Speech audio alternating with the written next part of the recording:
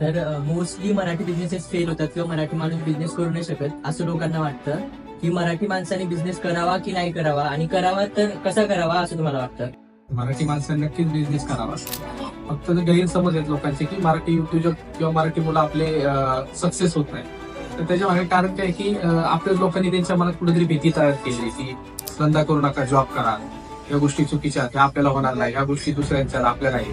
तर त्यामुळे मग आपले मुलं डगमगतात धंदा करताना.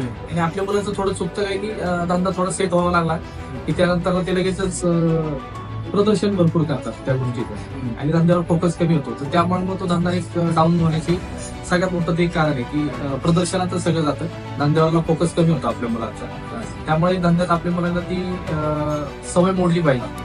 सगळ्यात पहिलं फोकस आपला धंद्यावर केलं पाहिजे आणि मग बाकीच्या गोष्टींना थोडा वेळ दिला पाहिजे. तर आपला धंदा नक्की 100% सक्सेस होईल.